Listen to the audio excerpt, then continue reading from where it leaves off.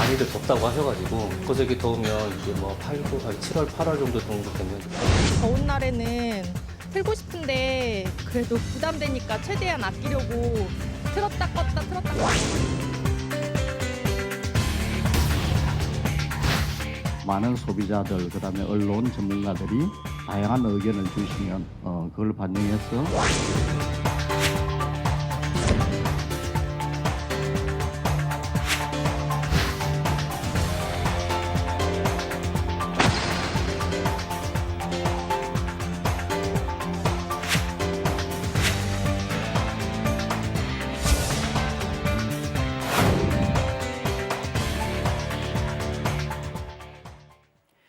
이제 초여름인데 벌써부터 때이른 더위가 기승입니다. 어제 영남 일부 지역엔 폭염주의보가 내려졌고 서울 기온도 30도 가까이 올랐는데요. 111년 만에 최악의 폭염이 찾아왔던 지난해 여름, 전기요금 논란이 뜨거웠죠. 올여름 전기요금 걱정에 정부가 누진제 개편을 위한 기본 윤곽을 제시했습니다.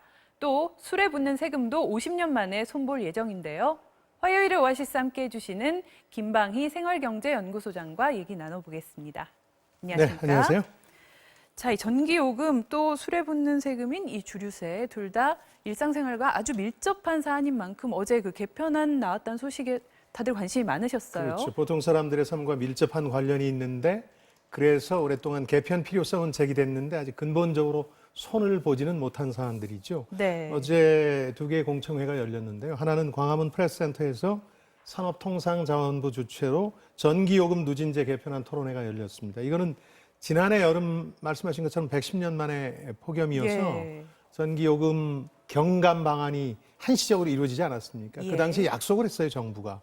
근본적으로 누진제를 고치겠다. 그 약속의 그랬죠. 일환으로 지금 민관 타스크포스 팀이 구성돼서 연구한 결과를 내놓은 거고요. 그 또 하나는 난방만 어떤 복지 정책이다 했는데 네. 지난해 그 더위가 너무 심해서 이제 그렇습니다. 냉방도 복지다. 그렇습니다. 예, 이런 그러면서 얘기가 이제 나왔죠. 이 전기요금 누진제에 대한 근본적인 대책을 내놓겠다고 약속했었고요. 네. 그 일환이라고 보시면 되겠고 또 하나는 양재동 AT센터에서 이 조세재정연구원이 주류 과세 체계 개편에 대한 연구 결과를 내놨는데 이것도 기획재정부가 예고했던 겁니다. 우리나라 네. 주류에 붙는 세금 체계가 너무 후진적이다. 그래서 이걸 근본적으로 바꾸겠다고는 그동안 얘기해왔는데 몇 가지 아이디어를 내놓고 이제 국민들 의견을 수렴하고 있는 단계에 접어들었습니다. 네. 자, 이 한반도가 점점 뜨거워지고 있지 않습니까? 그러게요. 이 여름 폭염이 계속 반복되면서 이 누진제 논란도 반복되는 그런 형국인데 근본적으로 어떤 부분이 문제인 겁니까? 누진제의 역사를 조금 이해해야 되는데요. 이게 1974년 석유 파동 당시에 이 제도가 도입됐거든요. 큰 요지는 이제 산업용 전기를 우대해서 싸게 쉽게 구할 수 있게 해주는 것과 네. 가정용 전기의 경우에는 절약을 유도하도록 하는 것. 그리고 이제 아주 전기 요금 자체가 비싸게 느껴지는 분들을 위해서 요금을 경감해주는 이런 세 가지 정책 목표를 가지고 이제 시작이 됐는데 그 이후에 누진제 논란은 크게 두 가지 방향에서 전개가 됐어요. 하나는 네. 이 누진율이 11배 이상 뛰었는데 그러니까 많이 쓸수록 가정용 전기의 경우에는 굉장히 큰 요금 격차가 벌어졌는데 이게 과연 합리적이냐? 네. 요즘은 뭐 누구나 다 에어컨 트니까요. 예. 시대에 맞춰서 이걸 바꿔야 된다는 지적이 있었고 또 한 가지는 이른바 산업용 전기에 대한 우대. 이걸 이제 산업화 시대가 어느 정도 지난 지금도 유지해야 되느냐. 이게 이제 두 가지 쟁점이었는데 특히 이제 최근에 여름철 폭염이 심해지면서 가정에서 에어컨들을 많이 쓰다 보니까 이 요금 폭탄이 발생했고 그래서 이 누진세 논란이 더 폭발한 면이 좀 있습니다. 네. 그래서 지금 현행 가정용 전기요금제는 그 누진제가 3단계만 적용이 되고 그렇습니다. 있죠. 2016년 말을 거치면서 그 당시에도 큰 논란이 있어서 네. 6단계 누진율이 11.7배였습니다. 이걸 3단계 3배로 바꿨습니다. 그러니까 3개 구간을 만들어서 요금 차이가 한 3배 정도 되게 만든 건데 네. 지금 또 표를 보시면 크게 기준이 되는 게 200kWh라 그래서 200kWh입니다. 네. 그리고 400kWh 이 두 가지를 기준으로 해서 3단계로 만드는 겁니다. 그래서 이걸 3단계로 만들었고 지난해 여름은 이거 가지고도 전기요금 폭탄 논란이 벌어지니까 이걸 1구간은 300kWh까지, 네. 2구간은 450kWh까지 조금 구간을 확장했던 경험이 있습니다. 예. 자, 그러면 여기서 어제 정부 누진제 태스크포스에서 제시한 3가지 개편안의 내용들을 좀 더 자세히 한번 보시겠습니다. 1안은 누진제는 유지하되 7월과 8월에만 싼 요금 적용 구간을 늘려서 요금을 16% 정도 적게 나오게 하는 방식으로 작년 여름에도 썼던 방법인데 1,600만 가구가 혜택을 봅니다. 두 번째는 누진제 구간을 2단계로 축소하는 방안입니다. 전기를 많이 쓰는 600만 가구의 경우 할인 혜택을 많이 보지만 나머지 가구는 기존과 같은 게 단점입니다. 마지막은 누진제를 완전히 폐지하는 단일 요금제. 많이 쓴다고 요금 폭탄을 맞을 일도 없고 아껴 쓴다고 혜택 받을 일도 사라지기 때문에 전기를 적게 쓰던 1,400만 가구는 오히려 요금이 전보다 24% 오르게 됩니다. 자, 이 3가지 개편안의 장단점을 조금만 더 자세히 네. 설명해 주시죠. 그러니까 첫 번째 건 지난 여름 한시적으로 썼던 걸 상시화하는 겁니다. 네. 그러니까 누진 구간을 확장하는 건데 예. 이 부분은 이제 가장 많은 가구가 혜택을 보겠죠. 아마 지난 7, 8월 혜택 보셨을 텐데요. 예. 두 번째 안 같은 경우는 조금 다른데 누진 단계 축소안이라 그래서 여름철 7, 8월에는 아예 세 구간으로 돼 있는 누진 구간을 2 구간으로 줄여버리는 겁니다. 네. 이렇게 되면 한 600만 가구 정도가 18,000원에 가까운 혜택을 보게 되는데 문제는 이 혜택을 보는 가구들이 대개 전기를 많이 쓰는 쪽이에요. 네. 그러다 보니까 형평성 논란이 좀 벌어질 수 있는 여지가 있고요. 또 절약이라는 취지가 사라지면서 전기 소비가 크게 늘어서 예. 수급 불안이 계속되지 않겠느냐 이런 게 단점으로 지적이 되고 있고 세 번째는 가장 급진적인 아닌데 아까 설명 들으셨습니다만 아예 없어서 단일 요금을 적용하는 건데 네. 그렇게 되면은 이제 한 900만 가구 정도가 9천 거의 10,000원 정도의 혜택을 보게 되는데 이 안에 문제점이 하나 있어요. 이 경우는. 네. 그동안 혜택을 보면서 가장 전기를 적게 썼던 일구간 내에서도 아래쪽에 있는 가구들이 요금이 오르게 돼요. 그동안 싸게 이용해 왔기 때문에. 그래서 저소득층의 요금 인상이라는 치명적인 결함을 이제 사만 같은 경우는 갖고 네. 있죠. 사만은 좀 현실적으로 도입은 쉽지 않아 보이는데 네. 그러면 어떤 안이 좀 채택될 가능성이 높다고 시장에서도 보십니까? 이제 사만은 조금 전기요금 인상이라는 것 자체가 워낙 이제 네. 받아들이기 쉽지 않은 부분이어서 특히 이제 저소득층들로 이제 한정될 가능성이 높기 때문에 1, 2안 가운데 선택하지 않겠느냐 하는데요. 이제 1안은 지난 여름에 일시적인 경감 조치를 이제 아예 제도화하는 거, 예. 상시화하는 거고 2안은 여름에는 2 구간으로만 가는 건데요. 아무래도 이제 2안 같은 경우에는 전기를 많이 쓰는 이제 이른바 부유층의 혜택이 집중된다는 면에서 이 안도 쉽지는 않을 가능성은 있다. 논란은 거듭될 가능성이 있다. 이런 지적들이 나오고 있습니다. 네. 또 이 주택용 전기요금만 지금 개편할 게 아니라 산업용 전기요금도 같이 개편해야 된다 이런 의견도 나오고 있어요. 그동안 쭉 이제 지적이 됐던 이제 누진제와 관련돼서 늘 쟁점 중 하나로 거론됐던 건데 이게 참 각기 주장이 맞서고 있어서 저도 이제 어느 쪽 입장을 들어드리기가 힘든데요. 네. 지금 한전과 기업계, 산업계에서는 이런 얘기를 합니다. 이 산업용 전기에 대해서 우대 조치가 사실상 사라졌다.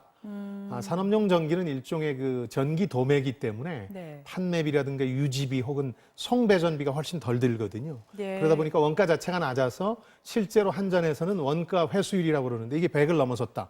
기업한테 파는 전기는 원가 이상으로 파는데 네. 주택용 전기의 경우에는 95니까 원가보다 못하다.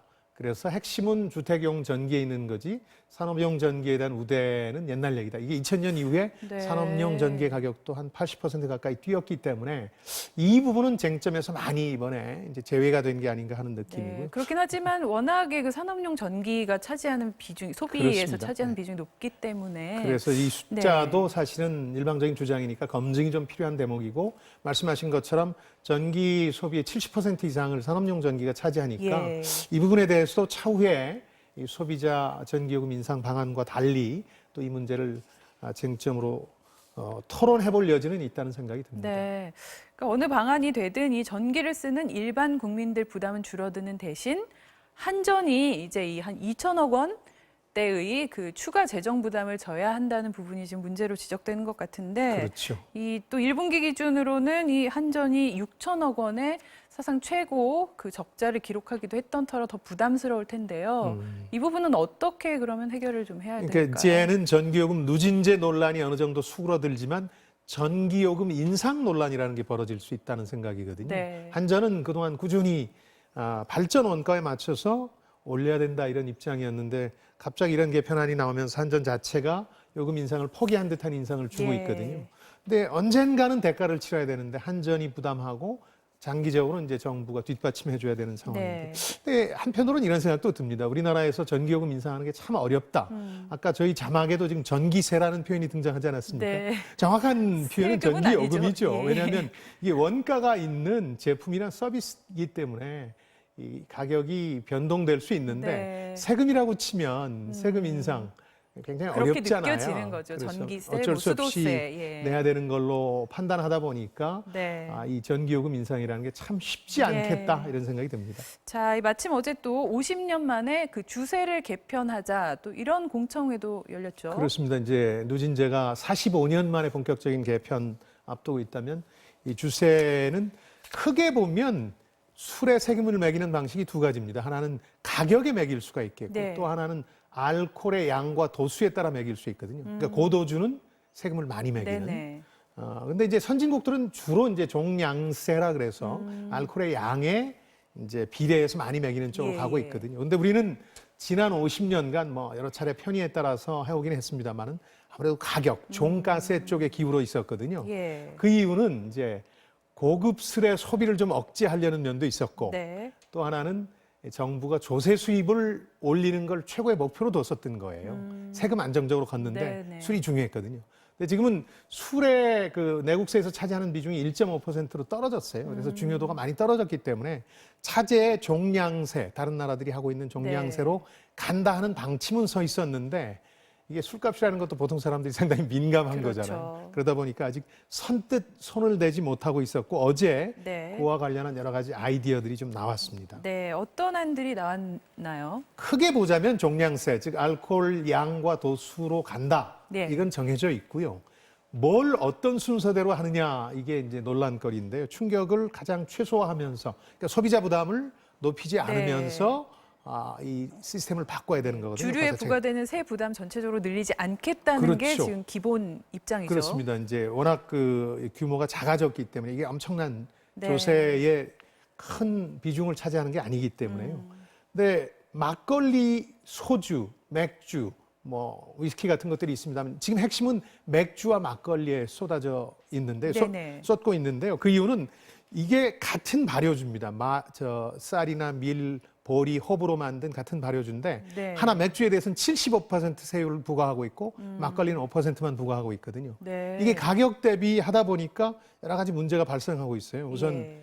해외 맥주와 수입 맥주와의 어떤 역차별 문제 논란도 좀 벌어지고 있고 막걸리하고 비교해도 맥주는 왜 이렇게 비싸냐 이런 지적들이 있을 수 있는데 이거는 맥주가 고급 술이었던 당시에 예. 고급 술 소비를 억제하기 위해서 50년 전에 만든 그런 세금 체계이기 때문에 이런 문제가 발생했고 이걸 이제 맥주를 중심으로 해서 점진적으로 바꾸겠다는 게 정부의 입장입니다. 네. 맥주에 대한 세금이 가장 먼저 바뀔 가능성 높아 보이는데 네. 뭐 특별한 이유가 있습니까? 그러니까 아까 그 해외 맥주, 수입 맥주와의 역차별 문제가 이런 거거든요. 네. 상당히 우리 맥주가 역차별 받고 있다는 게 맥주업계 이제 주장인데 그 이유는 가격에 대해서 세금을 매기다 보니까 우리 맥주의 경우에는 무슨 뭐 홍보비가 많이 드는데 판매 관리비라는 거, 네. 그다음 이익 같은 걸 다 감안한 거에다가 이제 세금을 부과하는데 수입 맥주의 경우에는 공장 출고가에다가 운임만 포함해서 세금이 부과되고 네. 거기에다 이제 돈이 많이 들어가는 홍보비라든가 유통비 같은 걸 쓰기 때문에 국산 맥주가 어떻게 보면 더 싼 역설이 비싸지는 역설이 네. 발생하는 거죠. 그래서 국산 맥주 역차별 논란이 그동안 벌어져 왔는데 예. 이 문제를 먼저 해소하는 게 조세 중립성을 위해서 중요하다 이렇게 네. 정부는 보고 있는 것 근데 같습니다. 저렇게 되면은 이 그 수입 맥주 4캔에 10,000원 이렇게 많이들 팔지 않습니까? 그렇죠. 이게 없어지는 거 아니냐 또 이렇게 우려하시는 분들도 많은데요. 어제 공청회에서는 그 얘기도 좀 나왔어요. 근데 이제 특히 수입 맥주 가운데서 저가의 경우 세금 부담이 좀 늘 것 같거든요. 예. 국산 맥주의 경우는 약간 이제 세금 부담이 줄어서 가격 인하 요인이 생길 것 같고요. 네. 그러다 보니까 이제 역차별이 어느 정도 시작은 되겠지만 다만 이제 주종별로 조금씩 다르긴 해요. 예를 들어서 병맥주나 캔맥주의 경우는 부담이 좀 덜하겠지만 양으로 많이 마시는 생맥주의 경우는 이제 아까 말씀드린 알코올 양에 따라 부과하는 거기 때문에 부담이 좀 늘 수도 있겠고요. 근데 이 연구원 측에서 결국 대형마트, 유통업체 혹은 브랜드끼리의 경쟁이 있기 때문에 약간의 부담이 늘어난다고 4캔에 10,000원이라는 네. 수입 맥주의 공식이 잘못될 가능성은 없다 이렇게 보고 있고요. 또 국산 맥주에 대해서는 상당히 인기가 높아질 거다. 어제 그런 현장에서 그런 얘기도 나왔습니다. 네. 제가 보기엔 그건 아니고요. 예를 들어서 뭐 가격 인하 요인이 조금 생겼다 그래서 갑자기 국산 맥주 좋아할 것 같지는 않고 품질에 대한 신뢰를 국산 맥주의 예. 경우 지금 잃고 있기 때문에 이 부분에 대한 게 어떻게 되느냐 이것도 좀 그건 또 지켜봐야 이제 되겠죠. 별도의 사안인 그렇습니다. 거고요. 네. 마지막으로 이 오늘 전해드린 이런 개편안들 앞으로 어떤 일정을 거쳐서 확정될지 좀 말씀해 전기요금 주시죠. 누진제는 당장 7월 전까지는 확정이 돼야 돼요. 예. 특히 한전 이사회를 거쳐서 그 약관 자체를 고쳐야 되는 거기 때문에요. 7월, 8월에 이 바뀐 누진제를 적용하려면 7월이 마감 시한이라고 볼 수 있겠고 네. 주세는 조금 여유가 있습니다. 이제 정부가 이걸 조세 개편안에 포함시켜서 국회에 7월 말쯤에 내고 국회 논의를 거쳐서 빠르면 내년 정도 시행이 되는 이런 단계를 밟고 있고요. 지금은 국민 의견 수렴 기간 중이니까 한전 같은 데 인터넷 게시판에 가시면 의견을 쓰실 수 있겠습니다. 그러니까 올여름 우리를 좀 시원하게 해줄 냉방이나 네. 맥주 한 잔 얼마나 부담 없이 즐기실 수 있을지 조만간에 결정이 되겠습니다. 네, 말씀 잘 들었습니다. 김방희 소장님과는 여기서 마무리해야겠습니다. 고맙습니다. 안녕히 계십시오.